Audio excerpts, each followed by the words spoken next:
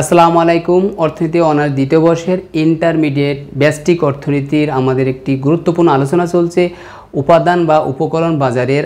আজ লেকচার 3তে যে বিষয়টি আমি এখানে উপস্থাপন করব সেই বিষয়টি থাকছে আগের যে বিষয়গুলো আলোচনা করছি তার আরেকটি রূপ, চিত্রগত রূপ। তবে চিত্রগত রূপটা কি? দুই ধরনের বাজার থাকবে, একটি পূর্ণ প্রতিযোগিতামূলক বাজার, একটি একচেটিয়া বাজার। প্রথম আমি যে বিষয়টি উপস্থাপন করব সেখানে থাকছে দ্রব্য বা পণ্য বা উৎপন্ন বাজারে একচেটিয়া বাজারে ভিএমপি এমআরপি রেখা কেমন হয় আর পূর্ণ প্রতিযোগিতামূলক বাজারে ভিএমপি এমআরপি রেখা কেমন হয়।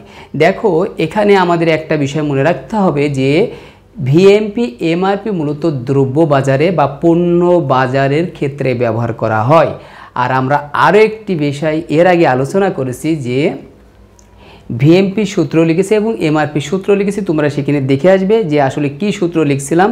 সেই সূত্রর একটি আলোচনা আছে, ওর ভিতরে আমরা এআর আর এমআর লিখেছি। কি লিখেছি? আমরা পণ্য বাজারের ক্ষেত্রে আমি লিখেছি এআর আর এমআর লিখেছি। দেখো, তোমরা সেখানে দেখবে যে যারা দেখোনি তারা একটু দেখে নেবে ওখানে ওই বিষয়টি। আমরা যখন পূর্ণ প্রতিযোগিতামূলক বাজারে ভিএমপি আর এমআরপি রেখা অঙ্কন করব, যখন ভিএমপি আর এমআরপি রেখা অঙ্কন করব তখন অবশ্যই আমাদের এআর আর এমআর জানা লাগবে। কারণ পূর্ণ প্রতিযোগিতামূলক বাজারে এআর আর এমআর পরস্পর সমান হয়, তার মানে গড় আয় আর প্রান্তিক আয় পরস্পর সমান হয়। এই গড় আয় আর প্রান্তিক আয় পরস্পর সমান হওয়ার কারণে ভিএমপি এবং এমআরপি রেখা একই হয়। কারণ আমরা জানি পূর্ণ প্রতিযোগিতামূলক বাজারে এআর বা এমআর রেখা কী হয়? ভূমি অক্ষের সমান্তরাল হয়। কী হয়? ভূমি অক্ষের সমান্তরাল হয়। এআর আর এমআর রেখা কী হয়? ভূমি অক্ষের সমান্তরাল হয়। যে কারণে এআর আর এমআর একই রকম থাকে। এই একই রকম হওয়ার কারণে ভিএমপি আর এমআরপি রেখা একই হয়। যদি আমরা এখানে চিত্রের সাহায্যে একটু দেখাই,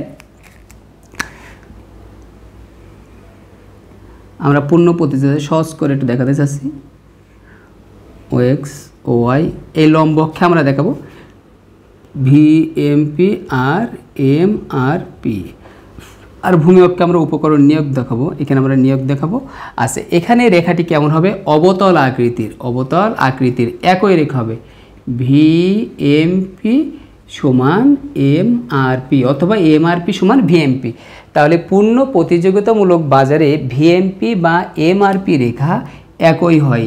তাহলে পূর্ণ প্রতিযোগিতামূলক বাজারে একটি রেখায় ভিএমপি নির্দেশ করে এবং এমআরপি নির্দেশ করে। যদি একচেটিয়া বাজার হয় তখন কী হবে? এই যে একচেটিয়া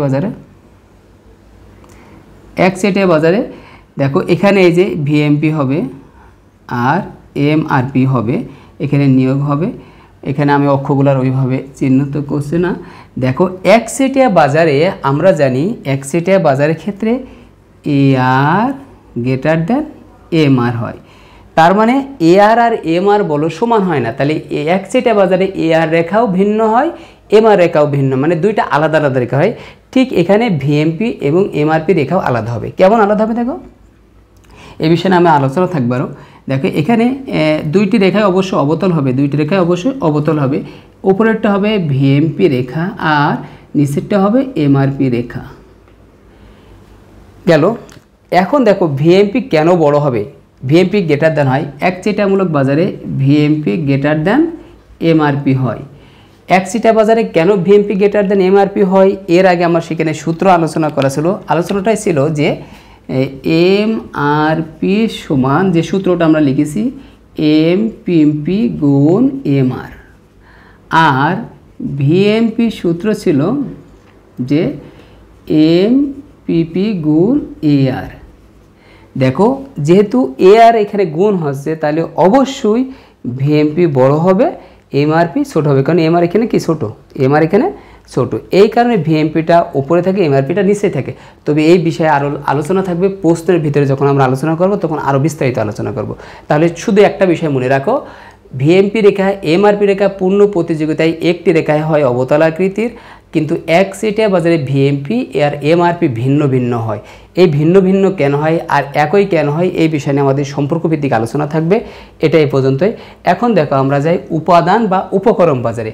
উপাদান বা উপকরণ বাজারে এফসি রেখা বা এমএফসি রেখা যদি পূর্ণ প্রতিযোগিতা হয়, এই যে বিষয়টা পূর্ণ প্রতিযোগিতা হয়, লম্ব অক্ষে আমরা দেখাবো উপকরণ এ এফসি আর এমএফসি। আর ভূমি অক্ষে আমরা নিয়োগই দেখাবো, উপকরণ নিয়োগ। দেখো উপকরণ বাজারে যদি উপকরণ বাজারে পূর্ণ প্রতিযোগিতা থাকে তাহলে এফসি রেখা এমএফসি রেখা ভূমি অক্ষের সমান্তরাল হবে। এফসি রেখা এমএফসি রেখা কী হবে? ভূমি অক্ষের সমান্তরাল হবে। আর দেখো এখানে দেখো দ্রব্য বাজার ও ভিএমপি এমআরপি রেখা একটা রেখা দ্বারা দুইটা বিষয় নির্দেশ করছে। আবার উপকরণ বাজারও এএফসি এমএফসি একটা রেখা দ্বারা দুইটা বিষয় নির্দেশ করে। এটা কোন বাজার? পূর্ণ প্রতিযোগিতামূলক বাজার। এবার লক্ষ্য করো একচেটিয়া বাজার।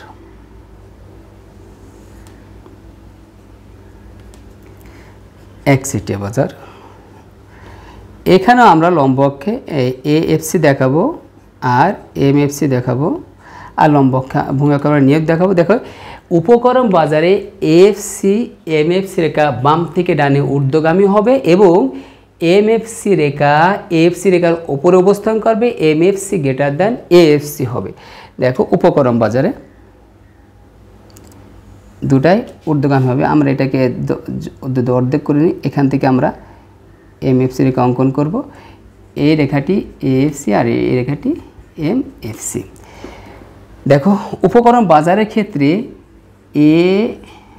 এমএফসিটা আগে লিখে, যদি এমএফসি বড় হয় এমএফসি গ্রেটার দ্যান এএফসি হয়।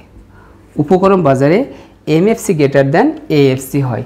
দেখো তাহলে আমরা এখানে দ্রব্য পণ্য বাজারে ভিএমপি গ্রেটার দ্যান এমআরপি হয় আর উপকরণ বাজারে এমএফসি গ্রেটার দ্যান এএফসি হয়। দেখো এই যে চারটা রেখা অঙ্কন করলাম, এই চারটা রেখা যদি তুমি মনে রাখো, এখানে যত প্রশ্ন আছে সে উপকরণের নিয়োগ হোক, উপকরণের নিয়োগের দাম হোক, শ্রম শোষণ হোক, শ্রম শোষণ না হয় হোক, আর যাই হয় হোক, অধিকাংশ প্রশ্নই আমরা এই চারটা রেখার সাহায্যে আমরা সমাধান করতে পারবো।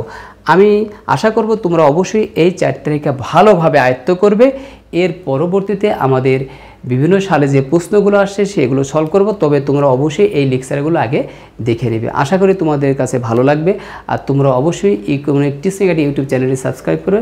সবাইকে ধন্যবাদ ভিডিওটি দেখার জন্য। আসসালামু আলাইকুম ওয়া রাহমাতুল্লাহ।